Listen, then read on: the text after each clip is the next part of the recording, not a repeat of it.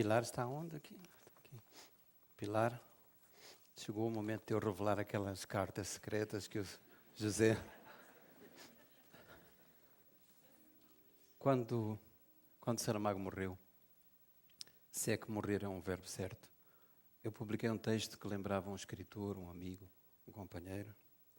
E esse texto começava assim: a morte só existe se há ausência. Para Saramago não haverá ausência nunca. O escritor semeou-se tanto e por tantos outros que ele apenas mudou de presença. Um desses momentos em que Saramago se distribuiu, ele mesmo pessoa entre pessoas, foi quando ocorreu em Moçambique uma cheia, foi no ano 2000, e aquilo foi um acontecimento trágico porque nós estávamos acabando de sair da guerra. Moçambique era um dos 10 países mais pobres do mundo, de maneira que essa inundação deixou o país numa situação muito, muito difícil. Então eu, com alguns outros colegas meus, escritores moçambicanos, fizemos um apelo para que outros artistas do mundo colaborassem nesse esforço que nós íamos ter de reconstrução. José Saramago reagiu horas depois e telefonou-me de Lisboa e com aquele seu tom ríspido e direto perguntou-me assim, disse-me: diz o que eu tenho que fazer. Ele próprio se voluntariou a dar o seu nome para que a campanha tivesse mais divulgação. E não foi, quer dizer, não bastaram poucos dias para que, com o que ele deu, e só com aquilo que ele deu, fosse possível reconstruir um posto de saúde que tinha sido destruído na cheia. Fez a reconstrução do centro, apetrechou-se o centro com pessoal e com equipamento. E esse centro, que se chama-se o Centro de Chivonguene, está ainda funcionando no mesmo lugar. Quando mais tarde José Saramago foi a Maputo, ele foi recebido por membros do governo moçambicano que queriam agradecer. E para José aquilo era uma formalidade dispensável, como ele disse. Ele queria sim estar junto da gente de Chivonguene e conhecer como é que o centro estava a funcionar. De maneira que ali, ante o meu pânico, porque eu sabia que os moçambicanos são muito formais e adoram essas cerimónias prolongadas, o José queria que o encontro fosse o mais rápido possível, o mais sucinto possível. Eu tinha um pouco o coração nas mãos e aquilo terminou rapidamente. O José foi um pouco, digamos assim, quis fechar o assunto logo. E já na saída ele perguntou assim: e que nome deram ao centro? Então o primeiro-ministro de Moçambique respondeu-lhe assim: o nome do centro foi você que deu. Eu disse: eu? Sim, o centro chama-se Levantado do Chão. Pela primeira vez eu vi Saramago assim, apanhado de surpresa, baqueando, não é? Com aquele tom que eu já disse que era ríspido. Ele endireitou os óculos várias vezes e disse: caramba, homem, você apanhou-me de surpresa, comoveu-me. Então eu escolhi esse livro, Levantado do Chão, por razão deste episódio, mas não só isso, porque também este livro contém uma preocupação que me parece constante na literatura, na escrita do Saramago, que é essa busca dos nomes e da identidade. Isso está bem presente neste livro. Depois, 17 anos depois, no livro chamado Todos os Nomes, não é? Que ele publica em 97, isso volta a ser um tema central. Não é? Este trecho que eu vou ler é muito breve e refere uma cena de um interrogatório de 4 camponeses do Alentejo pela polícia do regime fascista.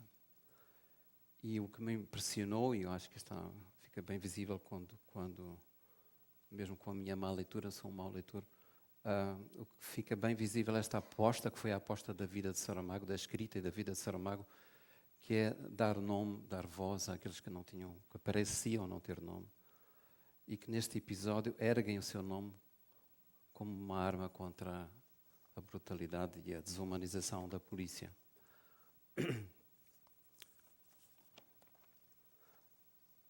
E começa assim: os guardas saíram, ficou só o cabo, que foi pôr o papel em cima de uma secretária, a que estavam sentados 2 homens, um fardado, que era o tenente Contente, e outro, a paisana. João Mau Tempo, Agostinho Direito, Carolino Dias e João Catarino Foram mandados pôr em fila ao lado uns dos outros. Levantem bem o focinho para vermos se são parecidos com as putas das vossas mães, disse o paisano. João mau tempo não se teve que não dissesse: a minha mãe já morreu. E o outro: queres que te parta os cornos? Já falas e só falas quando eu disser, não tarda que percas a vontade. Mas então é que terás mesmo que falar. O tenente contente começou com o seu recado. Ponham-se direitos, isto aqui não é uma cama de calões. E deem atenção ao senhor agente. O paisano levantou-se, veio passear revista à tropa fandanga, espetando muitos olhos, e para intimidação demorava o olhar para cada um. Como é que te chamas? O interpelado respondia: João Catarino. E tu? Carolino Dias. E tu? Agostinho Direito.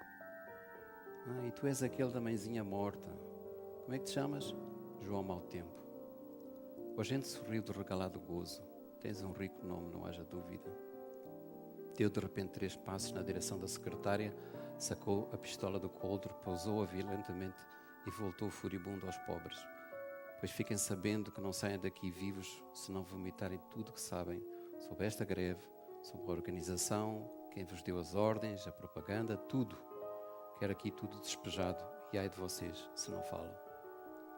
O tenente contente agarrou em 4 cadernos da escola que estavam em cima da secretária apartados e disse: cada um de vocês vai ficar fechado num gabinete com este caderno. Tem lá um lápis. Escrevam aqui tudo quanto sabem, os nomes, as datas, os sítios dos encontros, as casas, as entregas dos materiais, perceberam? E não saiam de lá enquanto não estiver tudo muito bem explicadinho. O agente voltou à secretária, tornou a meter a pistola no coldre, terminara a demonstração de força. Vocês fazem-me perder a cabeça. Está aqui um homem estafado, sem dormir, por causa desta maldita greve. O melhor é terem juízo e escreverem tudo quando souberem, mas não escondam nada, porque depois eu venho a saber e é pior. Diz João Catarino: eu mal sei escrever. Diz Agostinho Direito: e eu só sei o nome. Diz João Mau Tempo: e eu sei, mas é muito pouco. Diz Carolino: eu também. Sabem o suficiente para aquilo que nós queremos, diz o agente. Estivemos a escolhê-los, um, por saberem ler e escrever. Se não gostarem, pior para vocês, não tivessem aprendido, agora é que se vão arrepender de não terem ficado as bestas que vocês são.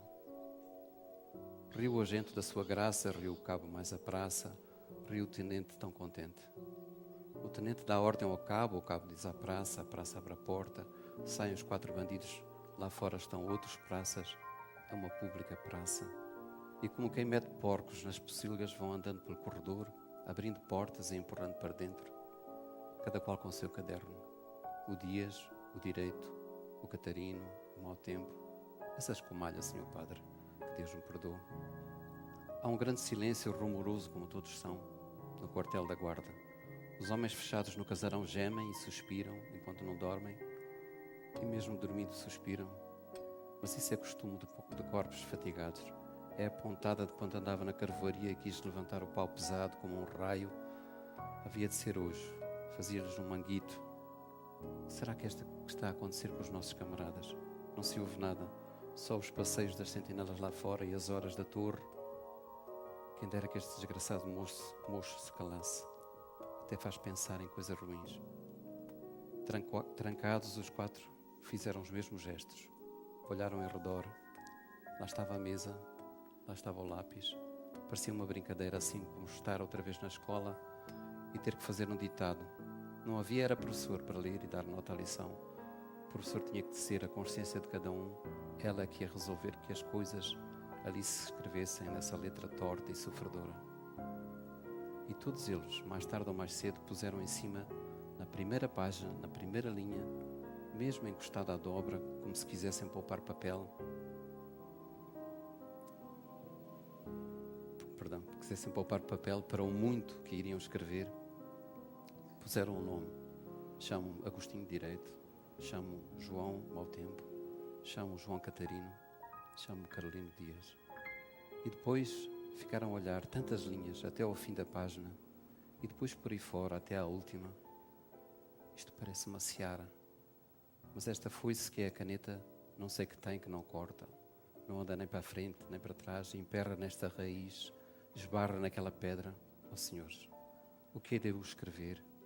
Então espera-se que eu vá dizer o que sei aqui nestas linhas que agora já são tortas, ou é do sono que eu tenho? João Catarina é o primeiro a arredar o caderno para o lado, escreveu o nome, não escreverá mais. Ficará o nome para se saber que o nome, fica o nome para se saber que o dono daquele nome não escreveu mais do que o nome, nem uma palavra mais. E depois, a diferentes horas, cada um dos outros, com o mesmo gesto da mão grossa e escura, afastou o caderno e houve uns que o fecharam, outros não. Deixaram-no aberto para que o nome fosse a primeira coisa a ser vista quando os viessem buscar e nada mais. Muito obrigado.